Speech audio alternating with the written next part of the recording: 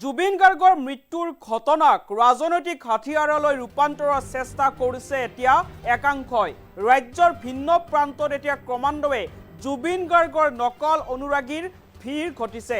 একাংশই এতিয়া জুবিন অনুৰাগীৰ ভাও লৈ ৰাজ্যখন অশান্ত কৰাৰ চেষ্টা চলাইছে, কিন্তু যিকোনো মূল্যৰ বিনিময়ত অসমখনক অশান্ত হ'বলৈ নিদিওঁ বুলি এইবাৰ মুখ্যমন্ত্ৰী হিমন্ত বিশ্ব শৰ্মাই হুংকাৰ প্ৰদান কৰিছে। জুবিন গাৰ্গৰ মৃত্যুৰ ঘটনাক ৰাজনৈতিক হাতিয়াৰলৈ ৰূপান্তৰৰ চেষ্টা কৰিছে একাংশই। ৰাজ্যৰ ভিন্ন প্ৰান্তত এতিয়া ক্ৰমান্বয়ে জুবিন গাৰ্গৰ নকল অনুৰাগীৰ ভিৰ ঘটিছে। একাংশই জুবিন অনুৰাগীৰ ভাও লৈ এতিয়া ৰাজ্য অশান্ত কৰাৰ চেষ্টা চলাইছে। যিকোনো মূল্যৰ বিনিময়তে আমি অসমখন অশান্ত হ'বলৈ নিদিওঁ বুলি এইবাৰ মুখ্যমন্ত্ৰী হিমন্ত বিশ্ব শৰ্মাই মন্তব্য কৰিছে। নগাঁৱত মহিলা উদ্যমিতা আঁচনিৰ চেক বিতৰণ অনুষ্ঠানত উপস্থিত থাকি এই মন্তব্য কৰিছে মুখ্যমন্ত্ৰীগৰাকীয়ে। নকল অনুৰাগীৰ বিৰুদ্ধে জুবিনৰ প্ৰকৃত অনুৰাগীসকলক সংগঠিত কৰা হ'ব। জুবিনৰ অসমখন প্ৰাণৱন্ত আৰু জীৱন্ত কৰাৰ বাবে আমি ৰাজপথত নামিছোঁ। একাংশই এতিয়া ৰাজনৈতিক হাতিয়াৰলৈ ৰূপান্তৰৰ চেষ্টা কৰিছে জুবিন গাৰ্গৰ মৃত্যুক। জুবিন গাৰ্গৰ মৃত্যুক এতিয়া একাংশই ৰাজনৈতিক হাতিয়াৰলৈ ৰূপান্তৰ কৰাৰ চেষ্টা কৰিছে বুলি এইবাৰ মুখ্যমন্ত্ৰী হিমন্ত বিশ্ব শৰ্মাই মন্তব্য কৰিছে। একাংশই এতিয়া জুবিন গাৰ্গৰ মৃত্যুক লৈ অসমখন অশান্ত কৰাৰ চেষ্টা কৰিছে। ৰাজ্যৰ ভিন্ন প্ৰান্তত ক্ৰমান্বয়ে জুবিন গাৰ্গৰ নকল অনুৰাগীৰ সংখ্যা বৃদ্ধি হ'বলৈ ধৰিছে আৰু একাংশই জুবিন অনুৰাগীৰ ভাও লৈ অসমখন অশান্ত কৰাৰ চেষ্টা কৰিছে, কিন্তু যিকোনো মূল্যৰ বিনিময়তে আমি অসমখন অশান্ত হ'বলৈ নিদিওঁ বুলি এইবাৰ মুখ্যমন্ত্ৰী হিমন্ত বিশ্ব শৰ্মাই নগাঁৱত উপস্থিত হৈ মন্তব্য কৰিছে। নগাঁৱত মহিলা উদ্যমিতা আঁচনিৰ চেক বিতৰণ অনুষ্ঠানত উপস্থিত থাকি মন্তব্য কৰিছে মুখ্যমন্ত্ৰীগৰাকীয়ে। নকল অনুৰাগীৰ বিৰুদ্ধে জুবিন গাৰ্গৰ প্ৰকৃত অনুৰাগীসকলক সংগঠিত কৰা হ'ব বুলি এইবাৰ মুখ্যমন্ত্ৰী ডক্টৰ হিমন্ত বিশ্ব শৰ্মাই মন্তব্য কৰিছে। জুবিনৰ অসমখন প্ৰাণৱন্ত আৰু জীৱন্ত কৰাৰ বাবে আমি এতিয়া ৰাজপথত নামিছোঁ আৰু যিসকলে অসমখন অশান্ত কৰাৰ চেষ্টা কৰিছে, কোনোপধ্যে অসমখন অশান্ত হ'বলৈ নিদিওঁ বা অসমখন অশান্ত হ'বলৈ দিয়া নহ'ব বুলি এইবাৰ স্পষ্টভাৱে মন্তব্য কৰিছে ৰাজ্যৰ মুখ্যমন্ত্ৰী ডক্টৰ হিমন্ত বিশ্ব শৰ্মাই। মুখ্যমন্ত্ৰীগৰাকীৰ মন্তব্য আছে, মন্তব্য আগবঢ়াইছোঁ। গাৰ্গৰ অসমৰ জাতীয় জীৱনৰ আটাইতকৈ কৰুণ আৰু বেদনা ভৰা যিটো খবৰ, তাক এছাম লোকে ৰাজনৈতিক হাতিয়াৰলৈ ৰূপান্তৰ কৰাৰ বাবে প্ৰচেষ্টা কৰিছে আৰু এই লোকচামে জীৱনকালত বহু লোকে জুবিনৰ এটা গানো শুনা নাছিল বা জুবিন গাৰ্গৰ বিষয়ে তেওঁলোকৰ জ্ঞানো অত্যন্ত সীমিত।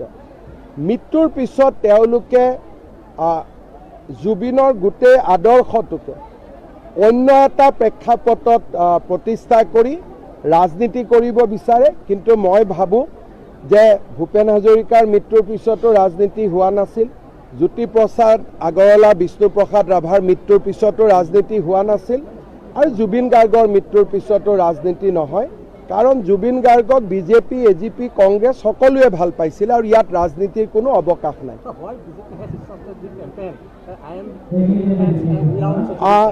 কিয় যিবিলাক জুবিনৰ নকল অনুৰাগী বহুত ওলাইছে, যিসকলে জীৱনকালত জুবিনক অত্যন্ত কঠোৰ ভাষাৰে সমালোচনা কৰিছিলে, তেওঁলোকে জুবিনৰ অনুৰাগীৰ এটা ভাও লৈ অসমখনক অশান্তি কৰাৰ পৰিৱেশ এটা ৰচনা কৰিছিল। সেইকাৰণে বিজেপিয়ে জুবিনৰ গান ভাল পোৱা, জুবিনক ভাল পোৱা অনুৰাগীসকলক লৈ যে যিকোনো মূল্যৰ বিনিময়ত আমি অসমখনক অশান্ত কৰিব নিদিওঁ। এইখন বিষ্ণু ৰাভাৰ অসম, জ্যোতিপ্ৰসাদৰ অসম, ভূপেন হাজৰিকাৰ অসম, জুবিন গাৰ্গৰ অসম, ইয়াক আমি কেতিয়াও অশান্ত কৰিব নিদিওঁ। এই শ্লোগানেৰে আজিৰ পৰা ৰাজপথত নামিছে।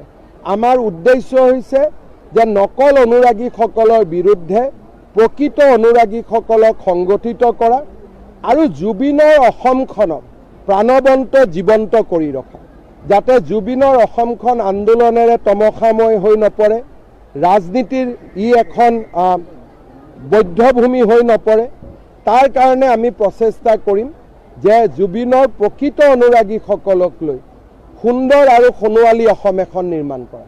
অসমৰ জাতীয় জীৱনৰ আটাইতকৈ কৰুণ আৰু বেদনা ভৰা যিটো খবৰ, তাক এছাম লোকে ৰাজনৈতিক হাতিয়াৰলৈ ৰূপান্তৰ কৰাৰ বাবে প্ৰচেষ্টা কৰিছে।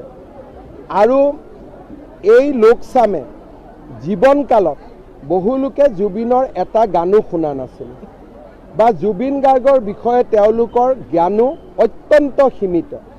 মৃত্যুৰ পিছত তেওঁলোকে জুবিনৰ গোটেই আদৰ্শটোকে অন্য এটা প্ৰেক্ষাপটত প্ৰতিষ্ঠা কৰি ৰাজনীতি কৰিব বিচাৰে। কিন্তু মই ভাবোঁ যে ভূপেন হাজৰিকাৰ মৃত্যুৰ পিছতো ৰাজনীতি হোৱা নাছিল, জ্যোতিপ্ৰসাদ আগৰৱালা, বিষ্ণুপ্ৰসাদ ৰাভাৰ মৃত্যুৰ পিছতো ৰাজনীতি হোৱা নাছিল, আৰু জুবিন গাৰ্গৰ মৃত্যুৰ পিছতো ৰাজনীতি নহয়। কাৰণ জুবিন গাৰ্গক বিজেপি, এজিপি, কংগ্ৰেছ সকলোৱে ভাল পাইছিল আৰু ইয়াত ৰাজনীতিৰ কোনো অৱকাশ নাই।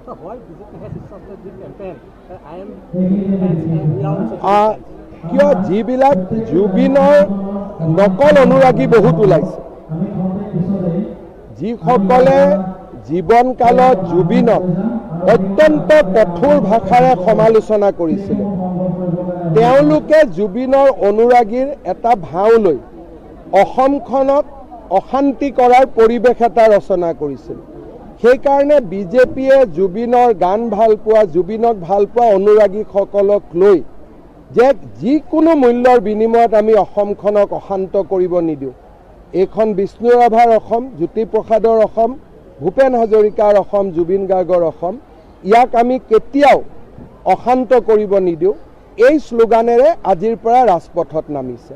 আমাৰ উদ্দেশ্য হৈছে যে নকল অনুৰাগীসকলৰ বিৰুদ্ধে প্ৰকৃত অনুৰাগীসকলক সংগঠিত কৰা আৰু জুবিনৰ অসমখনক প্ৰাণৱন্ত জীৱন্ত কৰি ৰখা, যাতে জুবিনৰ অসমখন আন্দোলনেৰে তমসাময় হৈ নপৰে, ৰাজনীতিৰ এখন বধ্যভূমি হৈ নপৰে।